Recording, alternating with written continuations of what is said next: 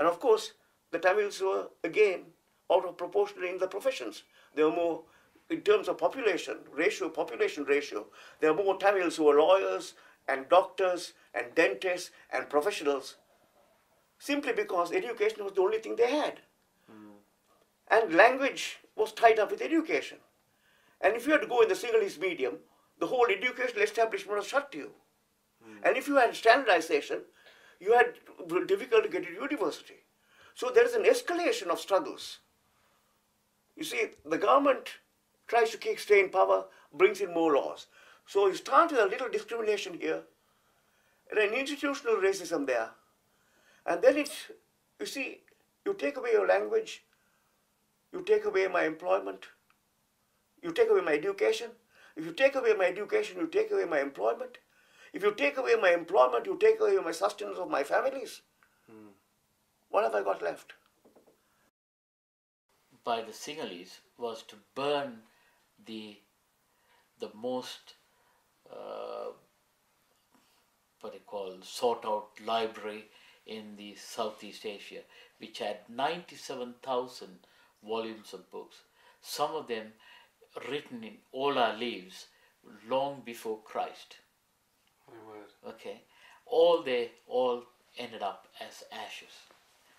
And then we could see how it developed into 1983 pogrom, the worst July, when many lost their lives, and many millions of pounds worth of businesses, houses for the Tamil people were just set up, just fire, burnt to ashes. So after I got to the bus only, I realized I made a big mistake, because as I can understand the language, Sinhalese language, the people inside the bus, they are talking about how they torture or how they kill Tamils inside.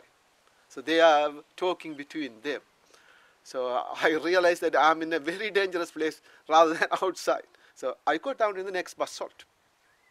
I started to walk along the street where the burning shops and the people are got killed. I walked more or less 7 miles on that particular day. I'm in my early 20s, I was crying. There were pogroms. You see, it's called wrong to call these race riots. There were pogroms in 58, 77, 79, 81, 83. Every government, one after the other, tightened the screws on the Tamil peoples. Right. And they tightened them till there was nothing left.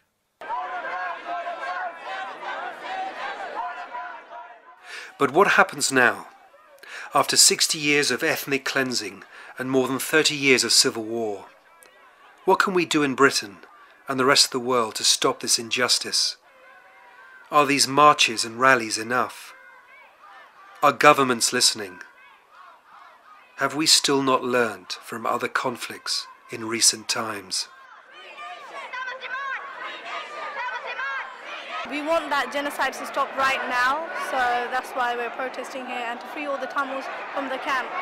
Fundamental issues of the Tamils in the country, the aspirations of Tamils, they have not met, and international community again has to really engage in brokering something in between the Tamils and the government to address the fundamental issues of Tamils, to bring to get them their right for self-determination.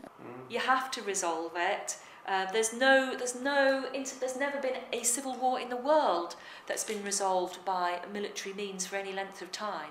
In the end, it always comes back to politics.